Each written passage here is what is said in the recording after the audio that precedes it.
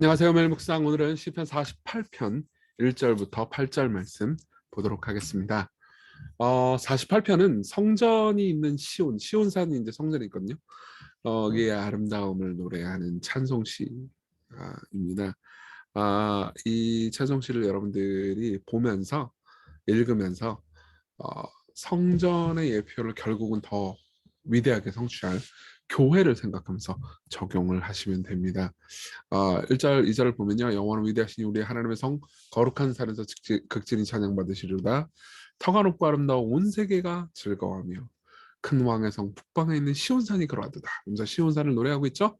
그렇죠? 이걸 보면서 우리는 교회가 어때야 하는가, 교회가 얼마나 아름다운가, 이걸 한번 생각해 볼 수 있을 것 같아요. 먼저 말씀 읽어드리겠습니다.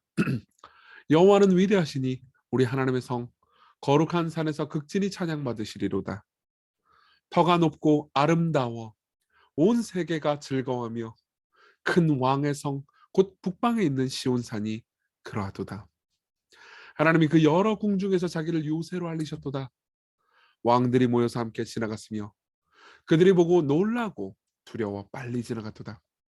거기서 떨림이 그들을 사로잡으니 고통이 해산하는 여인의 고통 같도다. 주께서 동풍으로 다시스의 배를 깨뜨리시도다. 우리가 들은 대로 만군의 여호와의 성 우리 하나님의 성에서 보았나니 하나님이 이를 영원히 견고하게 하시리로다. 아멘. 네, 좀 다시 한번 본문을 볼까요? 어, 사실 이제 시온을 찬양한다기보다는 하나님을 찬양하는 거죠. 정확히는 그렇죠. 여호와는 위대하십니다. 우리 하나님의 성 거룩한 산에서 극진히 찬양받으실 겁니다. 그러니까 하나님 너무 위대하시다는 얘기를 하죠. 근데 갑자기 이제 시온을 노래합니다. 터가 높고 아름다워 온 세계가 즐거워하며 큰 왕의 성 곧 북방에 있는 시온산이 그러하도다. 그러면서 이제 다시 시온으로 시선을 돌립니다. 근데 이게 재밌는 게 뭐냐면은 이제 모든 구약학자들이 다 얘기해 주는 건데요. 예루살렘은 그렇게 터가 높고 아름답지 않아요. 그리고 다른 국가의 고대 근동의 다른 국가의 어, 모습에 비하면 정말 초라한 도시였죠. 근데 터가 높고 아름답다. 그리고 온 세계가 즐거워한다. 이렇게 이야기를 합니다. 왜 그렇습니까?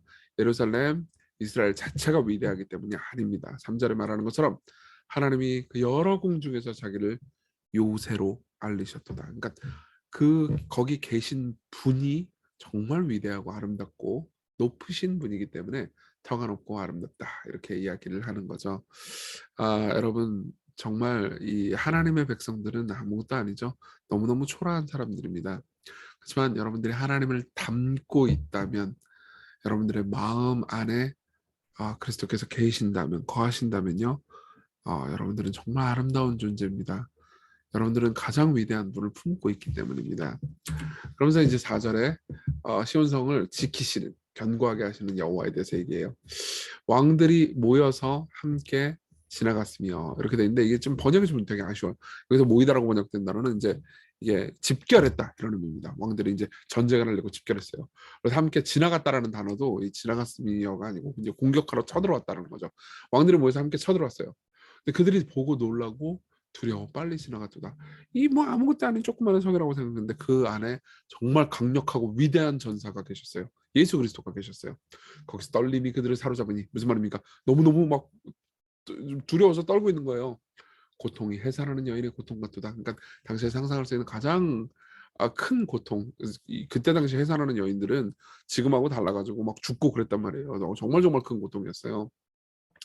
주께서 동풍으로 다시스의 배를 깨뜨리시도다. 이 7절도 번역이 조금 아쉽습니다. 주께서 동풍으로 다시스의 배를 깨뜨리시는 것 같도다. 이렇게 번역하는 게 좋거든요. 그러니까 무슨 말이냐면 설명해 드릴게요. 그러니까 왕들이 모여가지고 시온을 치려고 하지만 그들은 결국 고통을 당하게 될 건데 당시에 가장 상상할 수 있을 만한 개인적인 고통인 여인이 해산하는 고통 그리고 막 이제 당시에 가장 비참하다고 생각할 만한 고통인 이 뭐죠? 이 폭풍이 일어나 가지고 배가 박살나는 그 고통을 비유로 들면서 결국은 이제 적들이 시온성을 치려고 해도 결국은 하나님께서 보호하실 것이다 이렇게 이야기를 하는 거죠. 우리가 들은 대로 만군의 여호와의 성 우리 하나님의 성에서 보았나니 하나님이 이를 영원히 견고하게 하시리로다 이렇게 이야기를 합니다. 그러니까 이제 간단하게 정리하자면 우리 입장에서는 이렇게 적용을 하면 되는 거죠.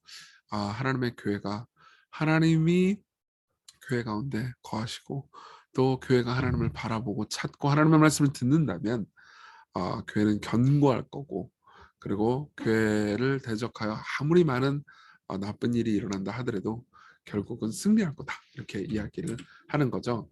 그래서 적용을 해보자면 이렇습니다. 첫째, 하나님을 예배하고 높이는 공동체를 위해서 기도합시다.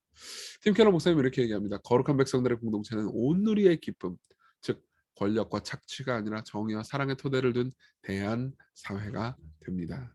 지상의 예루살렘은 문무 백성을 끌어들이지 못했지만 변화된 그리스도인 공동체에서는 그리스도를 통해 그처럼 놀라운 역사가 일어났습니다. 사도행전 2장이나 4장에 보면요, 많은 사람들이 교회를 칭송하면서 두려워하기까지 하죠.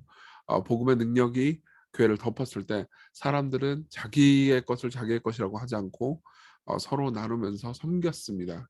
그러면서 오늘날 우리 교회는 어떠합니까? 이렇게 이야기를 하죠. 여러분, 교회의 강함과 영광은 하나님께 있습니다. 그러니까 교회가 하나님에 대해서 많이 말할수록 교회는 영광스러워집니다. 교회가 사교 집단처럼 되거나 혹은 교회가 하나님에 대해서 하나님을 알기에는 관심이 없고 그냥 여러 가지 다른 활동들에만 관심이 있다면은 교회는 하나님을 영화롭게 하는 공동체가 될 수도 없을 뿐더러 아, 또 하나님을 알아가지도 못하겠죠. 정말 비참하고 초라한 공동체, 율법주의적이고 서로를 정죄하는 그런 쇠락하는 공동체가 될 수 있습니다. 그리고 우리는 교회사 가운데, 그리고 우리의 삶 가운데 그런 공동체를 쉽게 볼 수 있죠. 둘째로는 예수 그리스도의 등극과 통치를 생각하는 겁니다. 실제로 보면 이렇게 말하고 있어요. 주께서 동풍으로 다시스의 배를 깨뜨리신 것 같다, 이렇게 이야기를 하고 있거든요.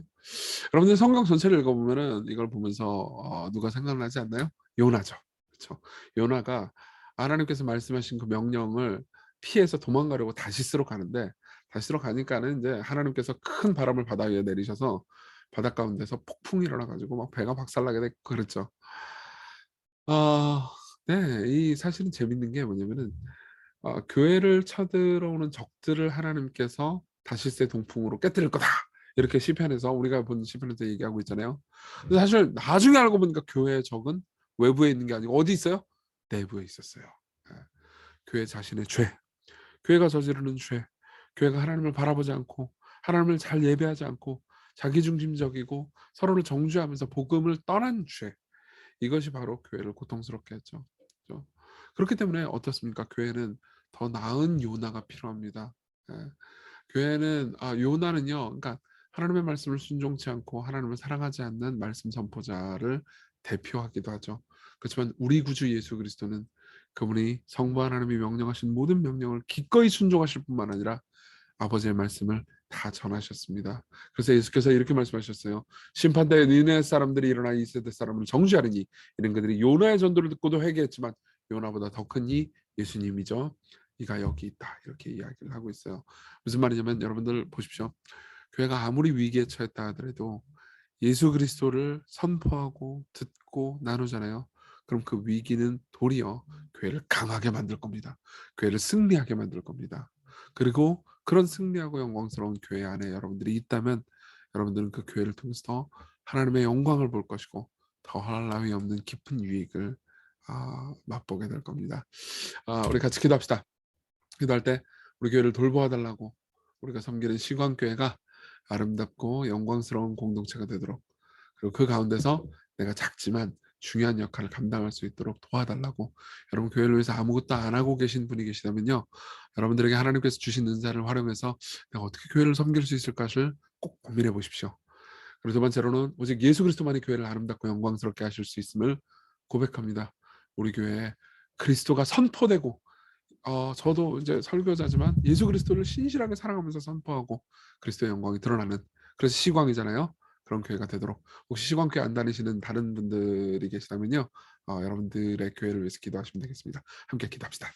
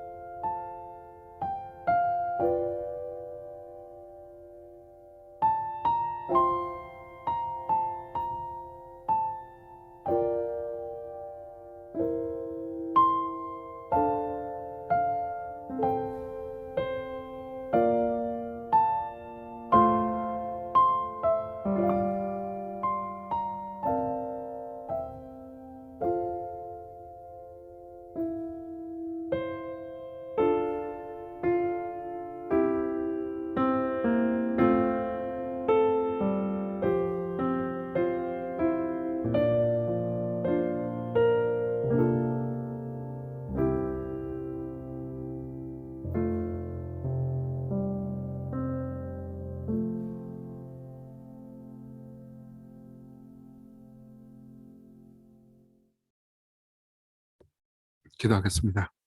자비로우신 하나님, 우리가 섬기는 교회를 긍휼히 여겨 주십시오. 우리 교회가 아름답게 되게 해주시고 그리스도의 영광으로 빛나게 해주십시오. 그리고 그렇게 하나님의 영광을 높이는 교회를, 공동체를 이루기 위해서 하나님 우리 자신을 사용해 주시고 우리가 어떻게 공동체를 섬길 수 있는지 깊이 우리 자신을 헌신할 수 있게 해주십시오. 예수님 이름으로 기도했습니다. 아멘. 네, 여러분 오늘 하루도 은혜로운 하루 되셨으면 좋겠습니다.